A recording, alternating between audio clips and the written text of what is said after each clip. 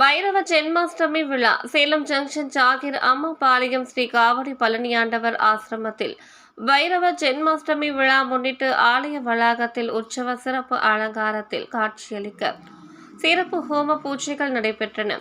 பின்னர் ஆலயத்தில் தனி சன்னதி கொண்டு அருளும் ஸ்ரீ கந்த கால பைரவருக்கு வெள்ளி கவசம் அணிவிக்கப்பட்டு மலர் மாலைகளுடன் சிறப்பு அலங்காரம் செய்திருந்தனர். அருகே உற்சவ சிறப்பு அலங்காரத்தில் காட்சியளிக்க கோபுர ஆரத்தி, நட்சத்திர ஆரத்தி, நாகதீப ஆரத்தி என பல்வேறு விதமான ஆரத்திகள் காண்பித்து கொடை விசிறி, சாமரம் உள்ளிட்ட பல்வேறு விதமான சோடாசங்களால் சோடாச உபசார பூஜை செய்து பஞ்ச கற்பூர ஆரத்தி காண்பிக்கப்பட்டது.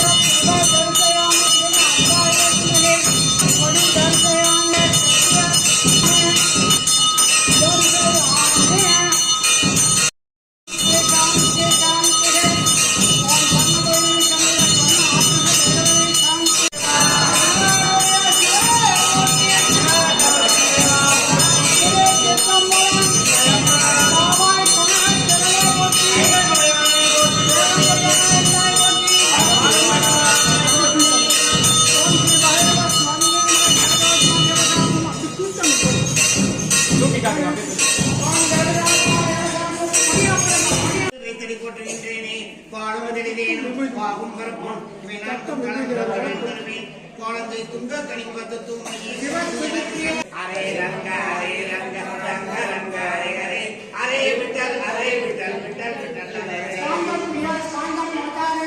ஒருமையுடன் நினைந்து மலரடை நினைக்கின்ற உத்தமர்தம் உறவு வேண்டும்.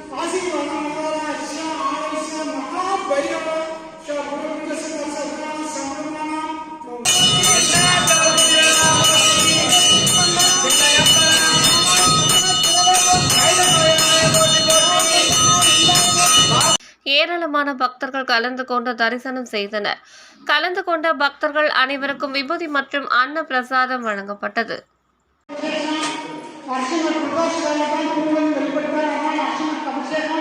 சிவனுக்கு 3 அபிஷேகம், ருத்ரஹோமம் நடக்கணும். 30 சனிக்கிழமை அமாவாசை 12 சித்தர்கள் வழிபாடு, சாயந்தரம் காலையில் விசேஷ பூஜை விசேஷம் நடைபெறும். கூட்டு பிரார்த்தனை, மகாதீபாவளி நடைபெறும்.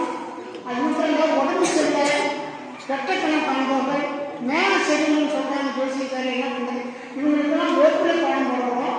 8 மணிக்கு வாரத்தில் 8 மணிக்கு போடுறோம்.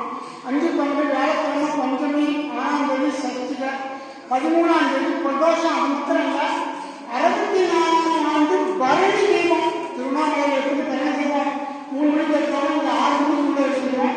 5 மணிக்கு பெரிய அவர்களுக்கு வாங்க, அவர்களுக்கு சுப்பிரமணியனுக்கு, பெருமாளுக்கு, கிருஷ்ணகாய்க்கு, விநாயகருக்கு அகல்களுக்கு ஏற்படும். சாயந்தரம் ஸ்ரீ மகா சர்வதோஷ நிகழ்ச்சீஸ்வரர் காவடி பணியாளர் தட்சிணை கழிக்கப்பட்டு கூம்பு கொளுத்துதல் என்னதான் ஒன்று நடைபெறும் விசேஷம். அப்புறம் அடுத்த நாள் விஷ்ணு தீபம், 15ஆம் தேதி பௌர்ணமி, 8ஆம் ஆண்டு துளசி மாதேவி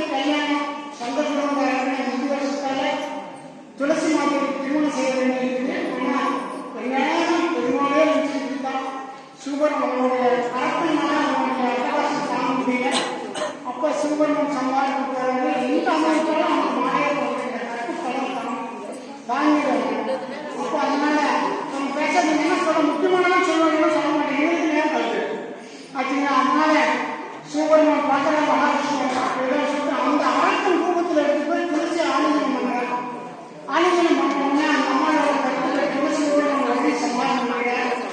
உடனே துளசி நாட்டில் உணர்ந்தாங்க. பெருமாளை கல்லா போய் சமைச்சிடலாம், கற்பு கரிசாச்ச கல்லா போயிட. அதான் சாணிக்கிறான் கல் வேப்பாடு வெளியில வாய்ப்பு நீ சாமானிய மூர்த்தி செய்ய அந்த சாணிக்கிறான் என்ன மகாவிஷ்ணு வீட்டுதான் அவர் சொல்றாரு, நீ என்னை சமைச்சிட்ட, இருந்தாலும் என் பாதத்துல ஒரு துளசி வச்சா போதும். யாருக்குமே பார்த்தீங்கன்னா கடைசி காலத்துல திருநூறு வைக்கிறாங்க இல்லையா, இந்த துளசி தீர்த்து கொடுப்பாங்க. எவ்வளோ விசேஷம். காலம் வந்து ரெடியா இருப்பாங்க குடிக்கிறதுக்கு. அப்போ வந்து என்ன பண்ணுவாங்க, வீட்டிலோ குங்குமமோ மஞ்சளோ வைக்க மாட்டாங்க. இந்த துளசி தீர்த்தம்னா அவங்க பிராமணனாக இருந்தாலும் சரி, எந்த கேஸ்டாக இருந்தாலும் சரி, விடவா இருந்தாலும் சரி, இதாக இருந்தாலும் அந்த துளசி தீர்த்தத்தை கொடுத்துவாங்க. அவ்வளோ விசேஷம் இந்த துளசி தீர்த்தம். இந்த துளசி மாதேவி திருக்கல்யாணம் சேலத்தில் இங்கே தான் நடக்குது. அது மட்டும் அன்றையிலிருந்து மார்கழி மாத பஜனை ஆரம்பம். ரொம்ப விசேஷம். 30ஆம் தேதி 30/12 அனுமன் ஜெயந்தி. 1/1 ஆங்கில புத்தாண்டு விசேஷ பூஜை நடைபெற இருக்கிறது. அது வந்து கந்த பூஜை வச்சிருக்கோம். இந்த வருஷம் ஒவ்வொரு வருஷம் ஒவ்வொரு பூஜை. ஆங்கில புத்தாண்டு 3ஆம் வருஷம் இந்த ஒவ்வொரு வருஷம் ஒவ்வொரு போன வருஷம் விசேஷ பூஜை வச்சிருக்கோம். இந்த வருஷம் கங்கை எந்த தீர்த்தம் வந்துருச்சு, அங்கிருந்து நேராக காசி எந்த தீர்த்தம் வளர்ந்துருக்கோம். இந்த பூஜை கலைஞர்னா பதிசையில் உங்களுக்கு தீர்த்து கொடுத்துருக்கு. அதே மாதிரி கங்கா தீர்த்து போட்டோம். நாங்கள் செஞ்சுட்டு வரலாமே, நீங்கள் வழக்கம் போல அப்படின்னா வீட்டை கூட்டிட்டு வெளியே போடுவோம். மாசத்துல ஒரு நாள் வெளியே போயிடுவோம். அதனால நீங்க செய்கிற பூஜைக்கு தகுந்த மாதிரி தான் நாங்கள் பூஜை வச்சிருக்கோம். நீங்க சாதாரணமாக செஞ்சால் போதும். இந்த வருஷம் ஜனவரி 1ஆம் தேதி கங்கா தேவி பூஜை காசி எந்த தீர்த்த நேரம் வந்துச்சு. எல்லாம் சின்ன சின்ன டப்பால காசி டப்பால அங்கிருந்து நேரடியாக கோயிலுக்கு வரைய காசி இருக்காங்க. காசி மக்கள் பூஜை செய்யற ரொம்ப நமக்கு வேண்டியது. யாராவது போனாங்க சொல்லணும், நாங்கள் வந்து அவங்க அட்ரஸ் கொடுத்து போனோம்னா எல்லாம் காமிச்சிடுவாங்க. அப்பேற்பட்ட காசி தீர்த்தம் இந்த வருஷம் ஜனவரி 1ஆம் தேதி விசேஷ பூஜை ஆகும். ஞாயிற்றுக்கிழமை வந்து மார்கழி மாதம் 15ஆம் தேதியிலிருந்து ஆரம்பம். ரொம்ப விசேஷம். 30ஆம் தேதி அனுமன் ஜெயந்தி. 20வது வருஷம் இந்த அனுமன் ஜெயந்தி. 100 லிட்டர் பால் காலையில் ஆஞ்சநேயருக்கு வந்து அபிஷேகம் எடுத்து வெள்ளக்காப்பு கொடுக்கலாம். அப்புறம் சாயந்தரம் 108 லிட்டர் பால் அபிஷேகம் விசேஷ பூஜைலாம் இருக்கும். அதனால் பக்தர்லாம் இந்த அரிய திருவிழாக்களை கண்டுபிடிக்க மும்மூர்த்திகள் பிரம்மா சிறப்பாக இறங்கி கன்னியாகுமரி சரஸ்வதியோட சரஸ்வதி இருக்க 108 லட்சுமிகள் தற்போது விஸ்வரூப செல்வலட்சுமி 155 அடி உயரத்தில் வேலை இருக்குது. இந்த திருப்பதியில் எல்லாரும் கலந்துக்கலாம். ஏன்னா வாழ்க்கையில் வந்து லட்சுமின்றது எங்கேயுமே கிடையாது. லட்சுமி வந்தால் தான் எல்லா தெய்வங்களும் அனுப்புவாங்க.